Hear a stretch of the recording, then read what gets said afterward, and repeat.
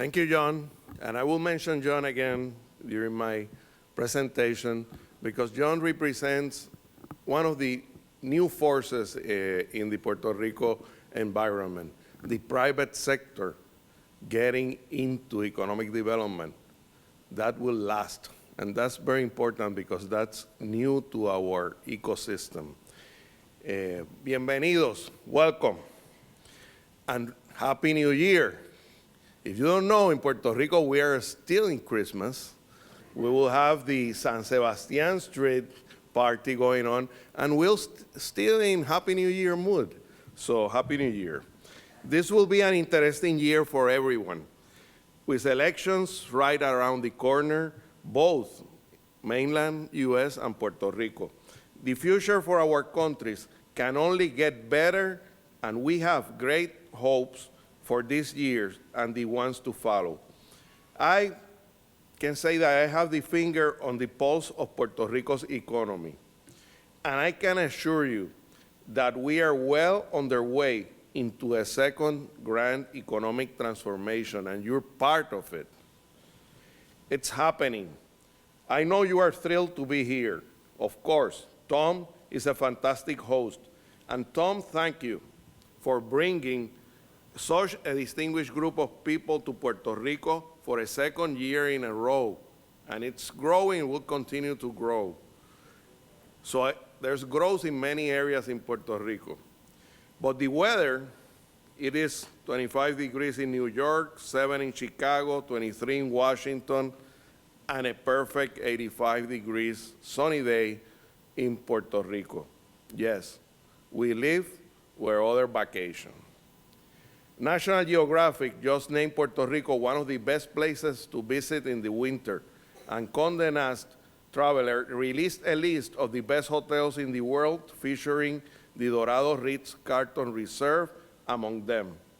And you guys are in a treat and for a treat. Today, the Fiestas de la Calle San Sebastián begin, a 4-day festival packed with music, food, and art, rooted in our deepest Puerto Rican traditions. A great opportunity to get a real taste of our island, and I recommend you swing by. But let's get back to business, and more important, business opportunities. I think all of you and Puerto Rico are on the same path. The world is changing, and we need to move faster in order to keep up. We all need to establish strong alliances with new partners, and yet continue strengthening the ones we have had for years. We need to make our brand more visible, diversify, communicate, and connect with a new generation. Adapt and grow. You led by finding solutions, and I have the feeling that is something we all have in common. I am honored to serve Puerto Rico at a moment of critical importance for its future, when integration and globalization are fundamental to sustain growth. I accepted the responsibility almost 3 years and 2 months to lead the path, aware of the challenges, but also aware of the opportunities. Our vision is to build upon Puerto Rico's historic strengths and to achieve a more diversified, knowledge-driven economy that addresses the challenges of globalization and seizes upon emerging opportunities. Puerto Rico has done it before. This is our pledge. This is my pledge. The announcement of Puerto Rico government's decision to renegotiate its public debt marks a pivotal moment and points to a new direction for the coming years. Don't doubt about that. We will be over this, but we did the right thing. Puerto Rico is defining its new terms to meet its present and future obligations. The conclusion is unequivocal. Restructuring the debt is the only way to move forward. Economic development will not occur without fiscal responsibility. While the fiscal matter might take some time to restructure and completely recuperate, economic development has continued a steady growth. Unemployment rate has gone down from 16.5% to 12.4%, the lowest for this time of the year since 2008. Retail sales have had a steady increase over the past years and will reach a projected $39.5 billion by the end of the year. And we are finally closing the gap between revenue and expenditure. And I will just share with you a typical day at the beginning of this year. This week, which is basically the first week of full days of work in the government, well, I received in the morning Google. Google finally is launching one of its top projects comparable to the driverless car. They are launching their project Looms from Roosevelt Roads in Puerto Rico, a highly technological project. They are using Roosevelt Roads for many strategic reasons, which is bringing other projects to Roosevelt Roads. Then, 30 minutes from that meeting, I had one of the top 5 or top 10 consulting firms of the world that is moving. At this point, I cannot tell the name, but they are moving a shared services unit to Puerto Rico. They basically outgrown San Antonio, and together with the benefits that we provide of our excellent workforce, our strategic location, being part of the United States, this company serves all the federal governments, so they need to be in U.S. Under the flag. Well, they are finally deciding on putting an operation that will begin with 200 professionals and can grow up to 2,000 professionals. Then I went on to a meeting with Melody Partners. They are moving their investment banking firm from New York to Puerto Rico, and they told me that they have been looking at the Caribe building, but in 3 months, they consider X floor, and then they came back, and that was not available. Then they moved that they consider the other floor. It was not available, and then came back a third, and it was also not available anymore. So I recommended a couple of other places. But you will not find in a year, in 2 years, a lot of office space available. So construction has to begin. At that same typical day, I was talking about the foundation and how John Borshow will make an excellent member for the Science and Technology Trust, which is something that is healthy and a new part of our ecosystem. So that's a typical day on what's growing and happening in Puerto Rico. It's exciting because every day is like that, showing growth. And that same day, I had a meeting with my colleagues establishing the priorities and the goals for this year. So we set the goal of having 600 decrease on Lot 22 for this year and having 500 decrease on Lot 20 for this year. Those are big numbers. Taking into consideration that when we began, it was less than 25 decrease a year. One of the big surprises, I can share numbers, is that we ended up in Lot 20 tripling the number of decrease from 2014, and that surprised me. I thought that we would do good doubling the Lot 22 decrease and maybe increasing 50% the Lot 20, but we tripled the Lot 20 during last year.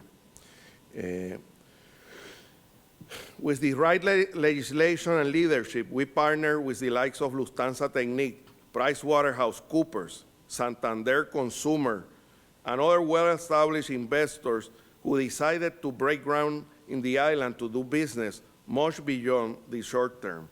They are world leaders in technology and finance. They did it because they are convinced that Puerto Rico represents a sound investment. Industry clusters like the science, technology, and tourism, just to name a few, have gotten stronger. In terms of science, Puerto Rico is positioning itself as a top-notch research hub.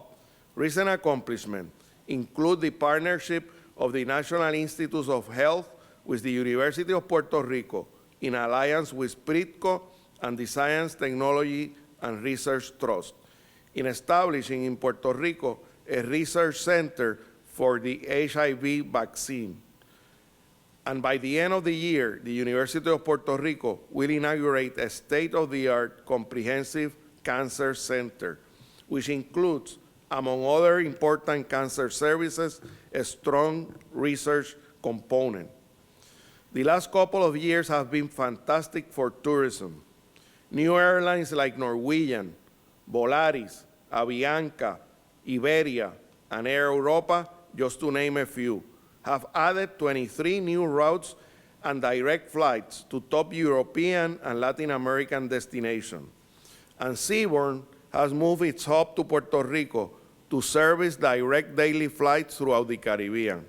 2016 started on a real high. Just a couple of days ago, we had 6 cruise ships docked at the same time at Bahía de San Juan, with more than 15,000 passengers. The increase in cruise ship passengers in 2015 represented an economic impact to our local economy of $200 million. And we have our goals very clear to get more home-based cruise ship in Puerto Rico, and we have the demand. Virgin is launching its first cruise ship from Florida, but the second and the third will be home-based in Puerto Rico. Regarding hotels, we are out of stock, and really we are out of stock. I have lists of investors looking for hotel properties. The Vanderbilt Hotel, acquired by Paulson & Company, was finally opened. The Ambassador Hotel, the same year it closed, was just bought by Elliott Group and Interlink. An interesting deal by a foreign and a local developer, my favorite kind of deal. Investor Keith St. Clair has his eyes set on Isla Verde area and now owns the emblematic El San Juan Towers. And Morgan Reed have closed some interesting deals in Old San Juan. The emblematic San Juan Hotel, by the other hand, is owned by another group of investors, and it's being renovated and open at the same time. So if you're interested in the hotel industry, you will have to build your own. And I would encourage you to do so. We are low on rooms and high on demand. Adding to recent accomplishments, multidimensional projects like the Mall of San Juan, a state-of-the-art shopping and lifestyle experience. The development of Roosevelt Roads as the city of the future will impact other leading industries and are crucial to a more diversified economy. And in fact, as I said, Google has chosen Roosevelt Roads facilities as a testing ground for Project Loons, an attempt to provide internet for developing areas using giant floating balloons. This is all part of the modern Puerto Rico.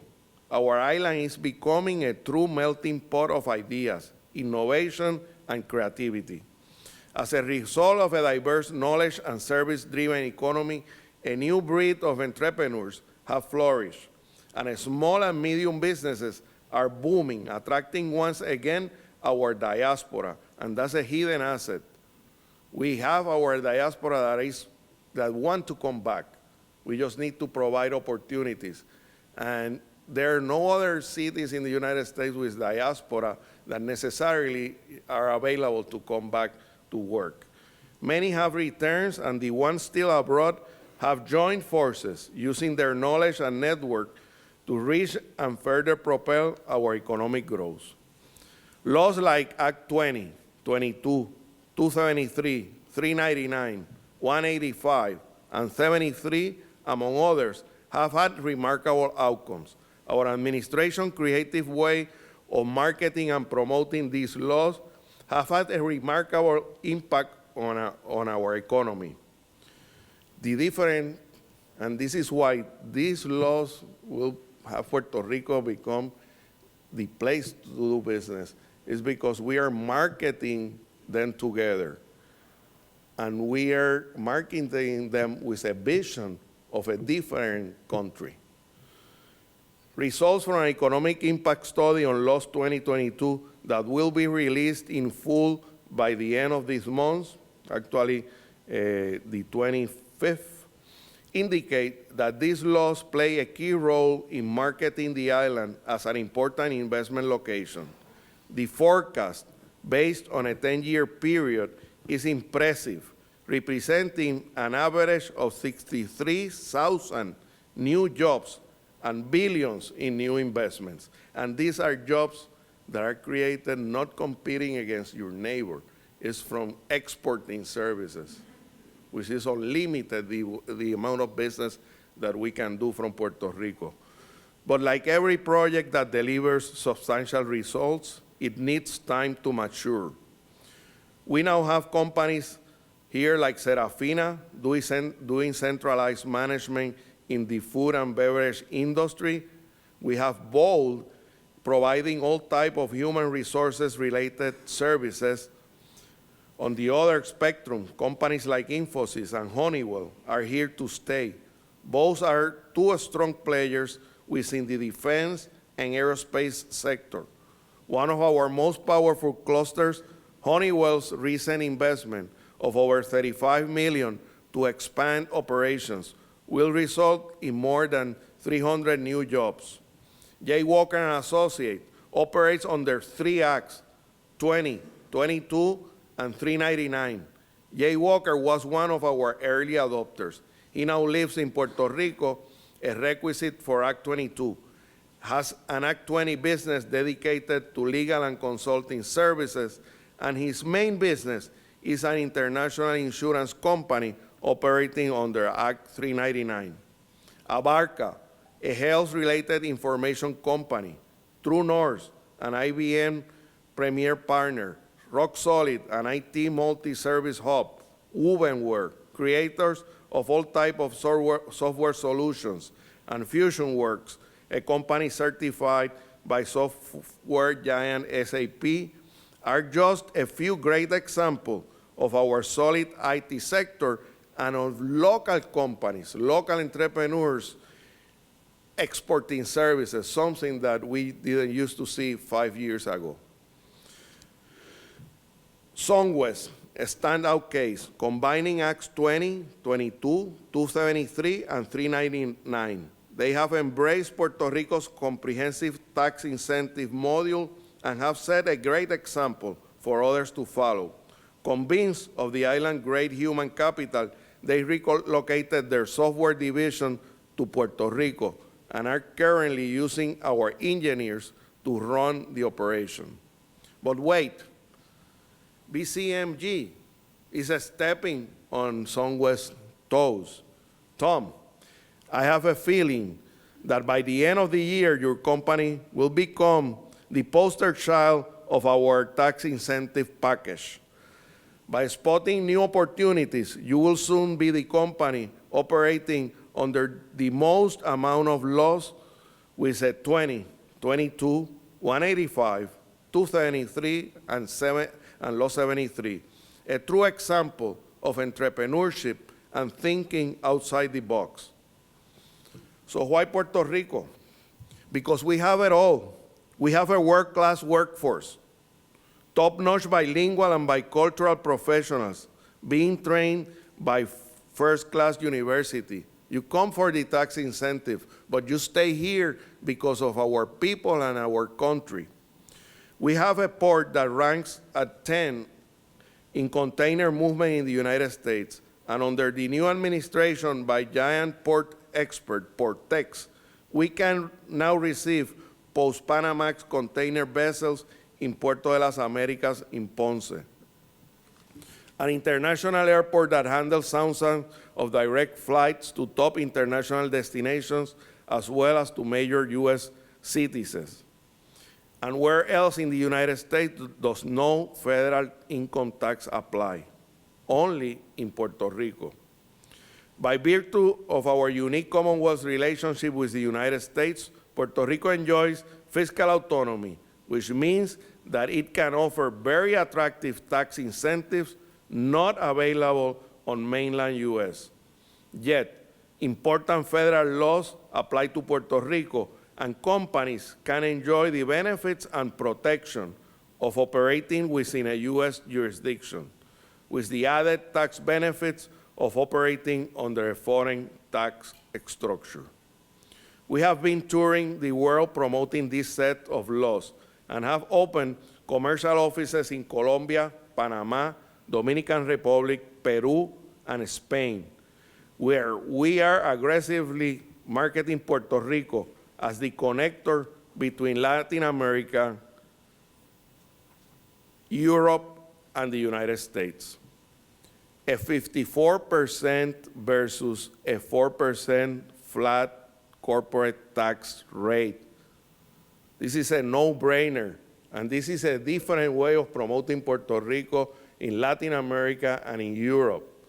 Not promoting it for entrepreneurs to come to do business with our 3.5 million residents. It's just to use us as the door to the United States. It's make no rational business sense to enter the United States through Miami. Makes no sense when you understand the scope of these laws and what you can do with them. Why having 15 different strategic initiatives under our economic development department, I am so passionate about this program? That's a question I was asked recently. We are having success in a lot of other areas, but this is the only area that can transform and the only initiative that can transform Puerto Rico. Puerto Rico economic development was based on industrializing Puerto Rico, but what we brought is a lot of factories, but we didn't bring their owners. We didn't develop a Puerto Rican capital. This program have the seeds of creating a truly entrepreneurial island, exporting services, and having our own capital, and creating the economy that John mentions, the economy of the visitor. This is the new reality of the world. People move a lot, and Puerto Rico can become the center of this hemisphere with all these capabilities.